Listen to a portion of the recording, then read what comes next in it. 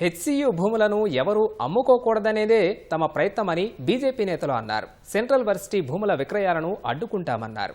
Supreme court నియమించిన సాధికారక కమిటీతో భేటీ అయిన BJP ఎంపీలు ఓ నివేదిక సమర్పించారు.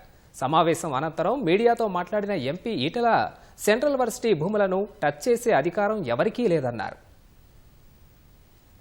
2006లో ఈ కేసు మొట్టమొదటిసారిగా కోర్టుకు పోతే 2024లో మొన్న వచ్చింది. రేవంత్ రెడ్డి అంటున్నాడు నేను కొట్లాడినని. నువ్వు ఎప్పుడున్నావు బాబు? 2006లో నీవున్నావా? 2014 నీవున్నావా? ఎవరు ముఖ్యమంత్రులున్నా ఎవరు పట్టించుకోకపోయినప్పటికీ సుప్రీంకోర్టే ఇది అన్యాయం అని చెప్పి ఆ భూములు ఇవాళ విశ్వవిద్యాలయ భూములు అని చెప్పిన తర్వాత దాన్ని అడ్డంగా అమ్ముకునే ప్రయత్నం చేస్తాను. నేను అడుగుతా ఉన్నా, ఇక్కడున్న ముఖ్యమంత్రికి కనీస జ్ఞానం ఉందా అని చెప్పి అడుగుతా ఉన్నా. ఆనాటి ఆంధ్రప్రదేశ్ రాష్ట్రం వాటా చట్టం తెచ్చింది, వాటర్ ట్రీ ల్యాండ్ యాక్ట్ తెచ్చింది. ఇవాళ ప్రైవేటు వ్యక్తులు తన ఇంటి వద్ద ఒక చెట్టు కొట్టుకుంటే కూడా పర్మిషన్ తీసుకోవాలి.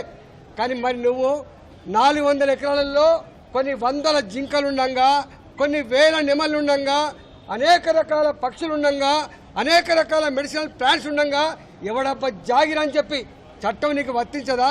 చట్టాన్ని నువ్వు ఎట్లా ఉల్లంఘిస్తావు? ఏ చట్టాన్ని అయితే ప్రభుత్వం చేసిందో అదే చట్టాన్ని ఉల్లంఘించి వందల డోజర్లు పెట్టి, వందల మంది పోలీసులను పెట్టి విశ్వవిద్యాలయ విద్యార్థుల రక్తాన్ని కళ్ళ చూసి ఇవాళ 150 ఎకరాల్ని ఇవాళ కొట్టేసి